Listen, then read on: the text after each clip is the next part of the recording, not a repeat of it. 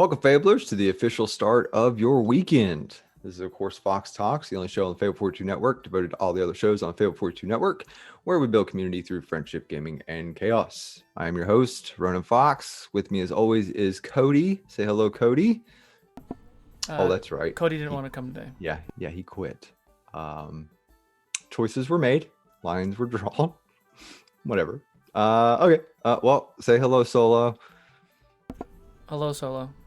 See, Legiancy. That's what it's all about. I mean, I'm stuck here. I can't not be here. Damn it! Shut up. Just pretend for a second. No, I do love heckling you. Like, I really love heckling you. So I'm happy to be here. Thank you. I hate it here. If this is your first time here, welcome, and I'm sorry. This is a show where we take a factual look back at all the week's campaigns, put a Fox twist on all the choices that were made. Tonight we sit down with our special guests, Dianne with 2 N's, Hall, and Taryn the Trader Hackett. Looking ahead tonight on Vault 42, we take a look at what life would be like without men, and unsurprisingly, it's just fine. Legends of Shawgal, we take a break from Shadows and Death as we finally arrive at the Zylok Dynasty.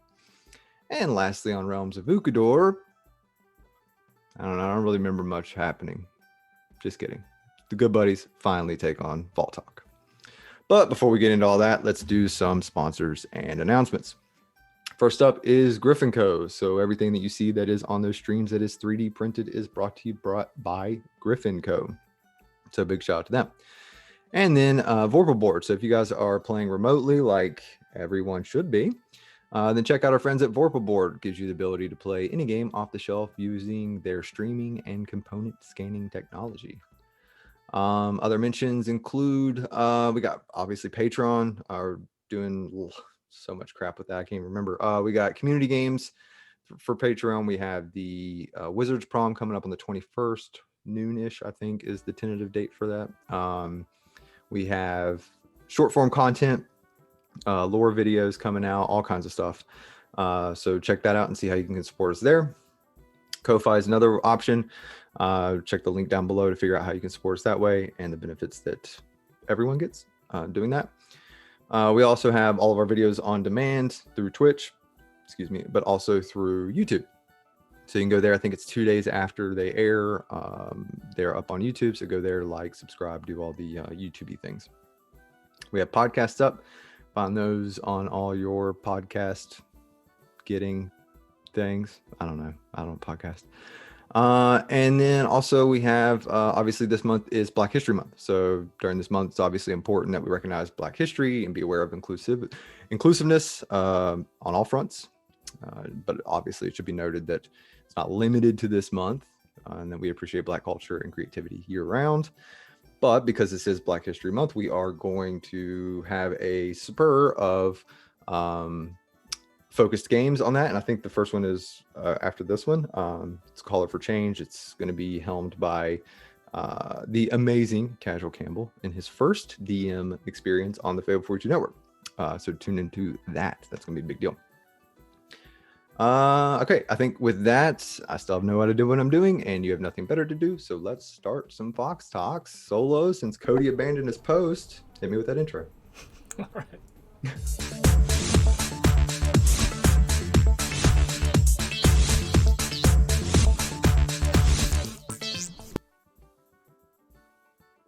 I literally can't take a drink quick enough. Okay, cool. Well, lots happened this week. Got my first bit on Realms, probably last. So that was fun. We wrapped up Wizards, which was a hell of an experience. We'll definitely be talking about that this week. Personally, not a lot's happened. I always feel like there should be some big news that happens like right now. But you know, COVID, and I lead a very boring life outside of this network, so not a lot's happened. What's going on with you, Solo? I don't know. Same old. I've been doing artwork and overlays and graphics for like 10 hours today. Yeah. You will notice we have part of the new overlay and graphic is our new Fox Talks logo. So it's down in the corner. That was what's the at? I want to make sure I get that right. Oh, Gavin's at. I I don't have it right now, actually. Okay, we'll look that up because I want to put that in there somewhere. Amazing It's stuff. Pandora Demon, I believe, on Pandora all the Demon. things. Yeah, I knew it was But Pandora something. I I'll just find didn't it know out. what Yeah. it was. Okay. So big shout out. It's amazing. It looks so good. And I'm kind of a pain in the ass to work with, so it was, whatever. Okay, but I know we got like a ton of questions, so I won't belabor me talking. So I want to get to our guests. So talk about it a little bit tonight. It's really just like a continuation of Monday's question and answers. We had the same panel that looked at plot twists. We had a sort of culmination of wizards into realms. So we wanted to continue that conversation as well as talk about some legends a little bit. So our guests include Dianne, who is the DM on Legends of Strahd. She is Keywin on Realms and Anna on Wizards. And then we have Taryn, who plays Jinx on Legends, and Trayvonis on Wizards. Whatever. Without further ado, as we all know, the Fable 42 campaigns are all about the choices that were made. So let's start running this recap and see how they did. First up, as always, is Vault 42. We're on episode 12. It's called Racing the Clock. Although I wrote Cloak, it's Racing the Clock. This past week's episode picked up with Tipper curled up in the fetal position, quietly contemplating how shitty life could be. She really is becoming more human by the day. Marcus and Ash, which I'm tired of saying, so I'll just call them MASH, are still out by the cars. Marcus takes a drink of the Viking beer. It's refreshing and amazing, expecting nothing less from Eric. Marcus and Ash think that the cosplay weapons are real, surprising for the straight shooter Marcus, but as for Ash, honestly, the fact that she realized they were axes at all is amazing. Fully anticipated her believing them to be, musical instruments. Tipper will stop moping long enough to ask about the plan, also ask about Clay's injury. He shrugs it off, playing it cool. Strong and stoic is like the only positive trait people that suppress emotional damage have, so we'll give him that one. But because of his wounds, the plan is to press on to Klondike. What would you do for a Klondike, Doc? They also speak about making a surprise attack on Robco, but taking on the gang in what I'm sure is a heavily armored facility will definitely be a surprise, just not the kind I think they're wanting. As they take stock of what they have versus what they need, Ash asks about bottle caps, but most of their stash sashayed away in a false bottom a few nights before, so that's a problem. Marcus suggests selling the axes, which Clay then examines and finally cracks that code, realizing they're primarily foam. The axes, not Mash's brains. Tipper examines the bottle of beer, realizes that the label's adhesive creates some sort of chemical reaction to allow it to stay chilled once open. Like the opposite of me. My reactions made my chill disappear. Michigan. To go with that beer, Marcus offers to have Tipper cook. He really is a masochist. Ash, too invested in her beverage, to pay attention to Tipper. She loves it almost as much as Hannah loved her husband Harry before Ash bludgeoned him to death. Tipper goes back to the back of the bus to begin purifying the food, which again means incinerating. They're basically eating the melted goop that comes out of an autoclave. To start a fire, though, Marcus will go looking for wood, and it's bad. Like, he's really bad. He couldn't find wood even if he was looking at himself in bed or during the morning. Ash is then forced to go out and look, and despite the barren landscape described by Marcus, she finds more wood than petrol wood in the men's locker room. That's right, Fox Talks fans. Back-to-back boner jokes. Really bringing the highbrow stuff this week. She brings the wood back. Marcus is impressed with how she handles it. Clay then brings up the fact that all of this is moot because of all the paper scattered in the bus. Marcus argues that the wood smoked meat is better than paper. Clay says it doesn't matter, but I'm with Marcus on this. Listen, I'll use toilet paper like a normal peasant, but if presented with the opportunity to use a bidet, I'm going to choose that every time. No hesitation. Tipper serves the now double grilled meat, which no amount of steak sauce can cure. They compliment her, probably between dry heaves and beer chugs. Over the meal, Tipper asks Marcus for some gun tips. Nothing big or all that important, just, aiming. Apparently, spray and pray is not an effective strategy. Ash is enjoying the meal. The joy will, however, fade as the Viking beer is consumed. Once finished, she looks longingly at the empty bottle. She better not get too attached, otherwise she'll end up drunk in the middle of the night fighting some random shadows. Or worse than that, might end up having sex with Rex. Marcus and Tipper stay up for first watch outside the bus. Marcus apparently takes watch with his eyes closed because he doesn't see shit. Tipper will find some scraps, but otherwise not much else occurs. However, during their stint, Tipper tells Marcus that she can, with enough material, create a cannon. But he's more interested in the explosion that's going to happen when the Tipper bomb drops. He's interested in Ash knowing the truth. Could be for the betterment of the group, or because that she'll be upset and ready to dish out some lashings, or it could be for the lulz, who knows. She discusses her apprehensions and wanting to stay hidden because if she's found, she may be dissected or destroyed, like an animatronic ET. They also discuss Clay and that weird hick lady on the holotape, and his current state, which I think at this point his official status is Haagen-Dazs and self-loathing. During this time, Ash is having another dream. In it, she's small once again, this time being shocked by a protectron. I'm never going to say that word right. She sees a sign with rules similar to hers, like a super mutant boarding school. She jolts awake, slightly crying, tries to calm herself before anyone notices. As Marcus and Tipper get back into the shack, they see that Ash is rocking back and forth, fist clench. Marcus will approach the ticking time bomb, but luckily the fuse doesn't trigger as Ash seems to display her second emotion to the group, melancholy. Marcus will let the others get a full night's sleep and do the whole night's watch. He's looking for any signs of people trailing him. His paranoia is at a 20 at this point. But it's clear, and as morning comes, Ash sees Marcus didn't rest. She shows concern for his well-being. Apparently his safe word is exhaustion. Tipper's also up and ready to cook, quickly becoming the group's Chef Gordon Ramsay. Or rather, one of the chefs that Gordon would call an idiot sandwich. Regardless, she fires up some wolf, and it's not great. But it's still technically food. She's like the wasteland version of one of those all-you-can-eat American buffets. You'll get full, but you'll regret the decision. Clay seems a bit short with the group as he downplays the infection, but it's obviously starting to affect him. Super painful, nothing compared to the hole left by all the women that's abandoned him. Tipper does a scan of Clay's arm, realizes it's obviously gross and infected, and his arm looks a little thinner. According to WebMD, he's properly fucked.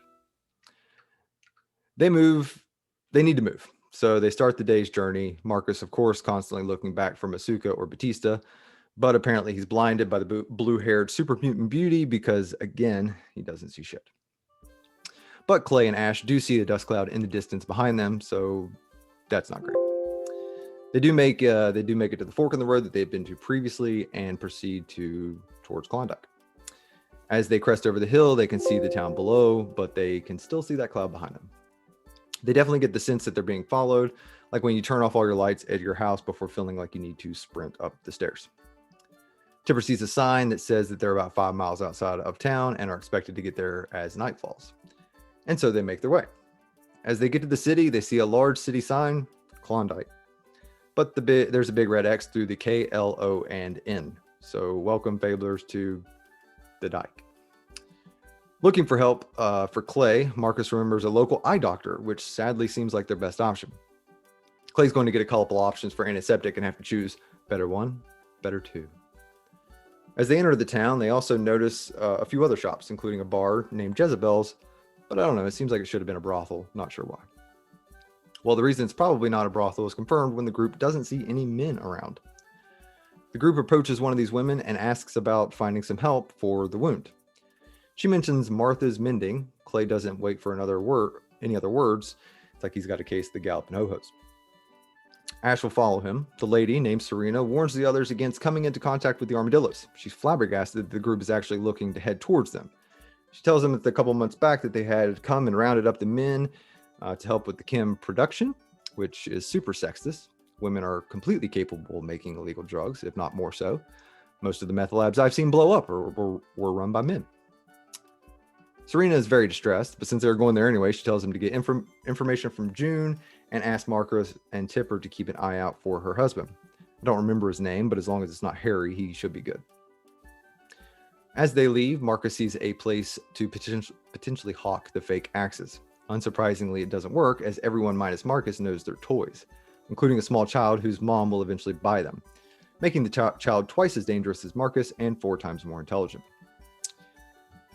Meanwhile, Clay will stumble into Martha's, begging for antibiotics and tossing caps on the counter. The woman asks about the attack and mentions a girl with Petra's description who had been there earlier, but doesn't know her current whereabouts as she didn't stick around long. Not surprising, she'd dart quickly from a city with no men. As they leave the shop, they meet up briefly with Marcus and Tipper, who are heading to the eye doctor. But they'll separate again, and Clay and Ash will continue on to Serena's to look to add some electricity to his blade. He's trying to become a Jedi, isn't he? Yeah, he is. Marcus and Tipper head over to the eye, but instead of instruments to help vision, there's just a bunch of weapons and farm equipment designed to remove sight. Marcus asks after June, looking for some information on the armadillos and their encampment. She's skeptical about the intentions of and places her hand on her gun. Marcus, of course, doesn't want any part of that. Being exhausted and incredibly nearsighted recently, he probably wouldn't stand a chance. June tells them about the abductions and is surprised to hear about the others taken. They learn that the armadillos are at least 15 strong, so anyone with simple math skills, basically everyone but Ash, could tell that they are heavily outnumbered. They also learn that Hannah actually has some more information. You'll remember that they killed her husband before being banned from her farm, so that may be a lost cause unless they're looking to add a couple new orifices. It's about that time that Clay and Ash will head over to the eye and meet with the others. When they arrive, Marcus is checking out some firearms, but apparently understands guns about as well as a woke liberal in Birkenstocks. Tipper, on the other hand, knows exactly what she wants as she buys some shotgun shells. Bags of meat, beware.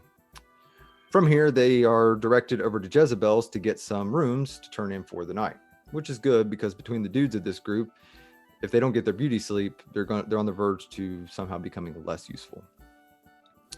They're standing there talking about the plan and their apprehensions. Tipper, of course, expresses her concern of being deactivated. That's normal. Ash, of fucking course, can't put that together. I don't think that boarding school was very educational. They make it over to Jezebel's and quickly acquire rooms. So that Clay can pass out. But not before locking himself in his room, forcing Marcus to a solo room and Tipper in rooms with Ash.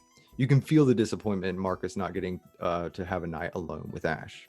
As a consultation, though, he will give Ash another Viking beer, which is probably for the best. That beer will satisfy her much more than he ever could.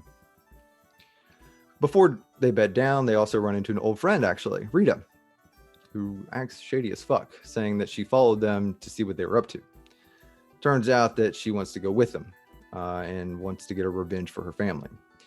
They're hesitant to let her follow because she might ruin their plans, which I may have missed, or what exactly again? I don't know. But they come around as the episode ends with Rita showing what she's bringing to the party in the form of a satchel with, quote, a shit ton of grenades. And that is that. So let's find out what happens next, and that'll be tomorrow. So my guess is that they'll be preparing to head to Robco with Rita in tow, I guess. What they need to get is still up in the air because I, like them, have no idea how they're going to manage this. But yeah, so let's take a look at some Legends of Shoggoth. We are on episode 16, and it is called Tensions Rise. This week's episode picked up mere minutes after the last, still partying up with the badass beauties of the Corbeau. Rex seeks out Jinx to talk. He says that he's seen a lot of beauty in books, but that it pales in comparison to the drunk trash cat that stands before him. It was sweeter than that, but you get the gist. He then makes his move. He asks her to go steady. A shotgun request, really, considering he's been in her catnip in the sack for the past week. She accepts, making it official. She then decides to celebrate by telling her about her dead ex. Weird flex, but okay. In reality, she's telling him so that he could have a more perfect understanding of her. Rex agrees to enjoy all of her equally, mage hand not necessary. He promises to stand by her through the good and the bad, before diving headlong into hyperventilation. She falls into him, and I imagine starts making biscuits on his chest while he gives her scrooches. I don't know, man. He's in love with a cat. He's like the D&D version of my grandma. Anyway, Frizz, right on cue, will interrupt the embrace, which sets off Oscar's alarm thanks to Mata's reprogramming. The bar is set into a brief panic, like that pit in your stomach when you see the police lights in your rearview mirror. Oscar then picks up Frizz per the alarm command.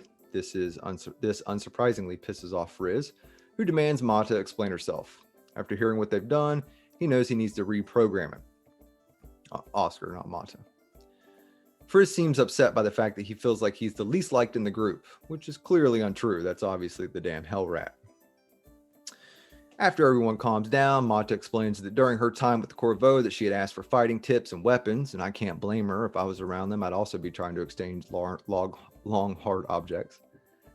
Frizz instead offers to make items for the group. Standard stuff, recon gear from Mata, chastity belt for Jinx. Sorry, man, your inventions aren't quite good enough yet to prohibit a horny Rex from breaking into that litter box. After all that excitement, they finally hit the road. The following morning, we all have to sit through Rex and Jinx's performance rolls. Just so we're clear, we watch them roll to see how good they were at having sex. If this isn't the pinnacle of fantasy role-playing, I'm not sure what the fuck would be. Following this, Rex goes to work out. Again, just a word of advice for people trying to get some health tips. Found that cardio is better after free weights, but as for what they were doing, cigarette follows that best. Frizz is, of course, there, ready for when they finish up, fully convinced, rightfully so, that Jinx is corrupting the dude who just wants to be a god. Seriously, Taryn and Diane's characters always out to use a relationship to ruin dudes just trying to better themselves. Shameful. Anyways, Frizz lets Rex know that he's willing to help, outfit, and supply the group, but he needs to find the stores. So, of course, he asks the living Google, Rex. More of the living Yahoo, I guess. They eventually make it down for breakfast. The Corbo already down there, including Sylvain, and I'm standing at full attention now. Daff is late to the morning meeting, but I'm sure... Daff is late to the morning meeting, having partied all night. Not really sure what a possum party looks like, but I'm sure they were all trashed. Trashy 20.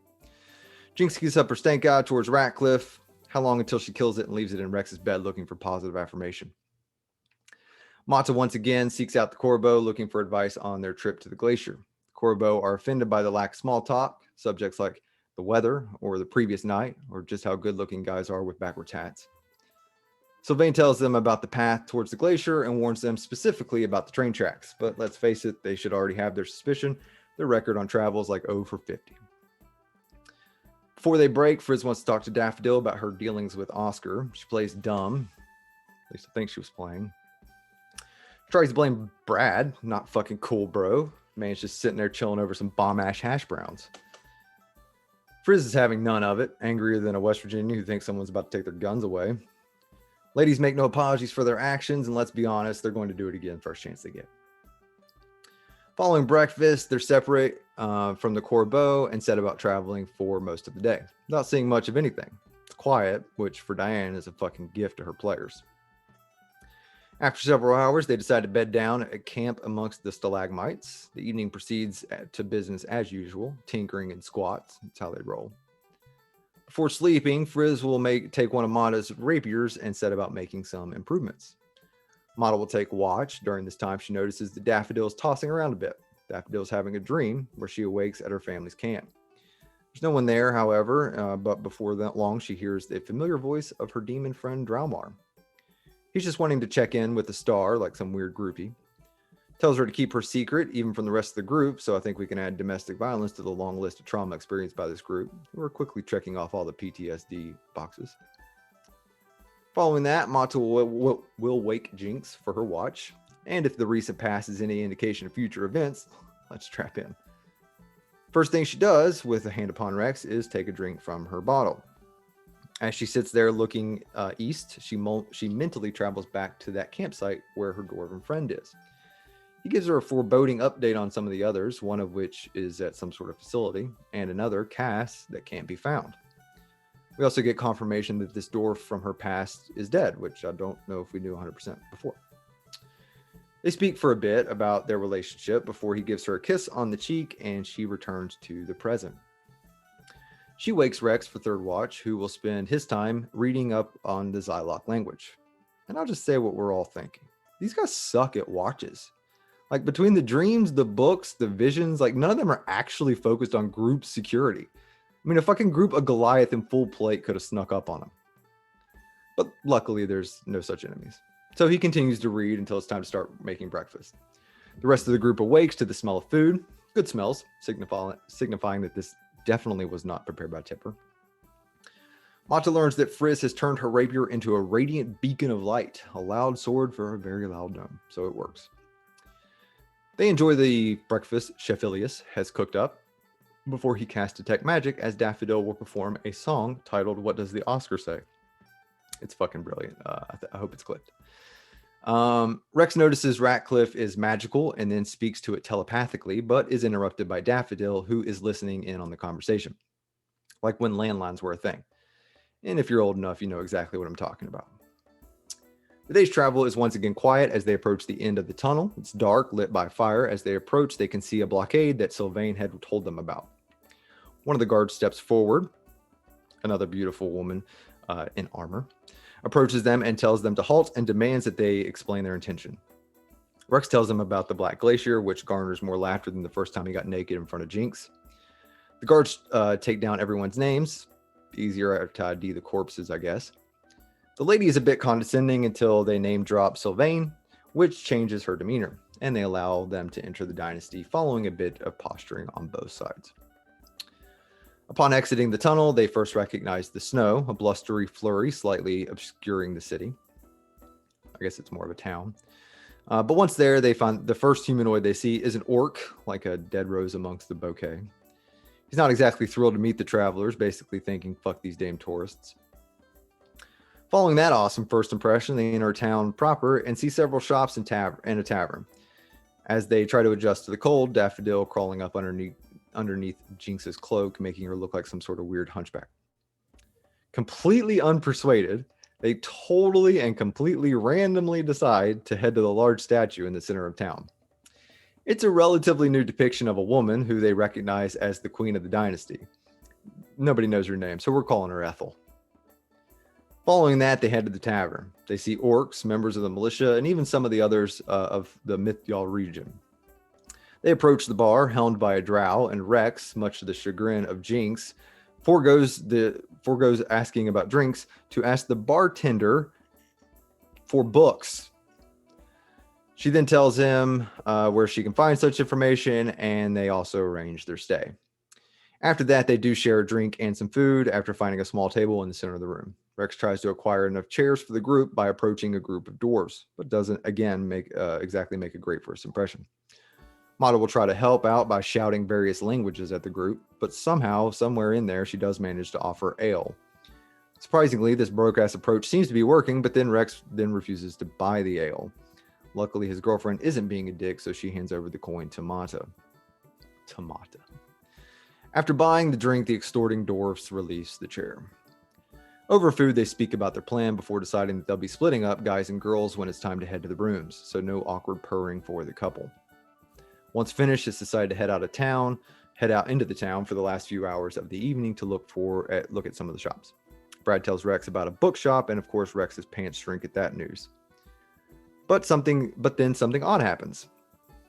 As Jinx is the first one out of the tavern, she thinks she sees someone that she recognizes, and then after a moment confirms that it's Castilius, a seemingly nice dude that appears only slightly terrifying with yellow eyes, signifying him as some part of something called an Order of the Ancients, whatever the fuck that means.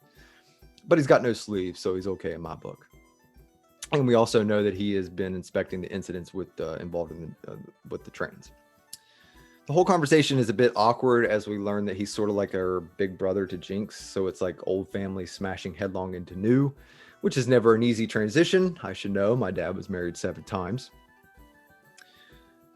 And, despite their relationship, Rex is still feeling some sort of jealousy, which isn't wholly unexpected. I mean, we can all agree that Cass makes Rex look like Anthony Michael Hall from the Breakfast Club, right?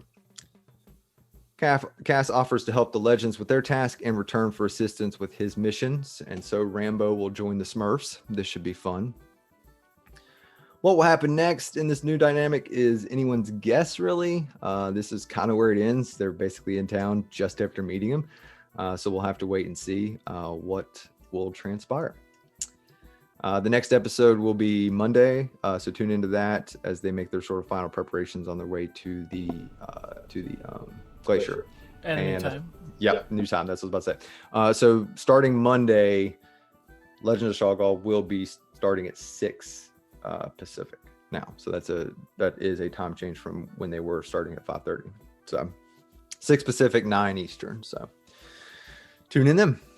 All right. So last up is Realms of Ukador, Chapter 24, A Step from Darkness. Oh man, I have no idea what happened. Okay, so where were we? Ah, yes. This past week, basically, the good buddies were on the precipice of battle. Like when your wife asks if that outfit makes her look fat. Eclipse, diving headlong towards Pyriel, slashes out with a raven sword and manages to cut into the would-be god. This causes something quite unexpected. Pyriel's form begins to shift. Her hair decays and falls out, skin goes bluish-gray, and I think we're getting a preview of what happens to those who constantly eat those magical feasts. So heads up, buddies, we're about a week away from a hairless Eclipse. Once her form is completely shifted, standing before them is not Pyriel at all, but rather a large Goliath, missing his left hand and left eye. This gorgeous hunk of man meat is, of course, Voltok, the true reason for the rhyme that has kept the good buddies trapped. Voltok seems interested in the sword that Eclipse has and exactly how he has come across it. He still offers them a deal, clearly not being able to take a hint. They are literally giving him the "I have a boyfriend already" line. Despite the clear differences of opinion, the conversation continues until Voltok notices Nafiko's shield. He seems offended by the shield and comments on Nafa, the god behind the symbol. This pisses off the peaceful one, who once again lashes out at Voltok, to prove that she's against harming others. And the time for their talking ends as Eclipse follows suit. They each take their turns targeting the giant wizard, who, in a boss power move, just stands there and allows them to show him their power. I'm biased, get over it. Carrick fires his gun. Keywin attempts to end the fight early with a banishment, but that proves useless. Once everyone takes their shot, Voltok tells them to bow down and unleashes a psychic scream, deeply injuring pretty much everyone mentally. Like when your girlfriend says it probably happens to everyone. From here, the party will concentrate damage upon Voltok as he bounces around, swinging his glaive, primarily focused on Eclipse, Nafiko, and Carrick. Meanwhile, Kyriel will summon an air elemental for support. Giant Fart will join the others, trying to surround Voltok and overwhelm him. It's about this time that the entire room lurches and feels as though it's starting to descend. All those morning carbs are making their overwhelming maneuver now. In spite of all these attacks, he seems to absorb all the damage, showing no signs of letting up. He's like 90s nostalgia. He just won't die. But they seem to have his full attention as he lays down a circle of death. Many of the good buddies start doing their best domino impression as Roland and Keywin struggle to keep everyone alive. The group battered as the room finally comes to a halt. Voltok offers to show Nafiko true power before bamfing into the room beyond theirs. The good buddies are faced with a conundrum, as they want to follow and end Voltok, but are about as prepared as Janice is for a home invasion. Either way, they have an expedited rest thanks to Roland and waste no time following their adversary. They enter the room and see Voltok kneeling to a large spherical structure. One eye, one hand, one ball. He's had a rough life, guys. Keywin, standing strong by her brother, says hello with a giant fireball, while the Eclipse sneaks up close. Voltok continues to go after Carrick and Nafiko, and it appears that it will continue as before. That is until an enormous tomb trapper appears next to Eclipse and starts to pummel the old Puss in Boots. Roland is managing the party, reviving Carrick after he falls. This draws Voltok's eye, who proceeds to try and stop the healing by removing Roland's limbs. Keywin, seeing her brother hurt, teleports the pair away from the Goliath to the other side of the room. This loving move seems to piss off Voltok, who shouts after Keywin, saying that emotional connections will only lead to pain and misery before casting Finger of Death, instantly killing our bumpkin furball. The party is shook and angry, like the time my parents decided it'd be funny to tell me I'm adopted. Carrick, in particular, is in disbelief, as I'm sure he's just upset that his friendship bracelet is now a moot point. He fires rounds at Voltok, who is now standing beside the ball. Shots fired find purchase and are finally able to bring him down. But before Voltok falls, he says that he was right and that they were worthy. He then tells someone named Anna that this is step 2. Last part went over my head. No idea what the hell that means. Blast of energy explodes away from the ball, incinerating Voltok and the tomb trapper. However, with Nafiko down and Kiwin dead, the threat isn't quite over. It would be Roland to once again come and rescue his little sister, as he seemingly makes a deal with some entity in exchange for returning Kiwin to life. She wakes just long enough to say goodbye to her brother as he dissipates into nothing. Nafiko is then revived. And we end with them beaten, broken, changed, but alive. And they're together in the tower, seemingly ending the life of Voltok and the Rhyme. So what they will do from here is sort of up to them. I mean, they've eliminated the main threat. I know there's still obviously the threat of war and that sort of thing, but at least the main threat of the Frigid Expanse is now dead. So tune in on Wednesday to find out what they do with that. That'll be next week. All right, so I think that is it for the recaps. I guess I'll go ahead and tell you guys, we should have more recaps coming soon, possibly. We're kind of working through different ways to incorporate the other shows and still give everybody enough time to really have a platform on here. So we'll be figuring that out. But in the meantime, you're good on the 3 main shows there. So we'll go ahead and do we have a special word? Do you just want to enter raffle? It's rough. Raffle. So go ahead and enter raffle to do the mid-show giveaway. Spoiler, no one ever does, so there's pretty good odds. So go ahead and enter raffle to the mid-show giveaway, and we'll be back in like 5 minutes.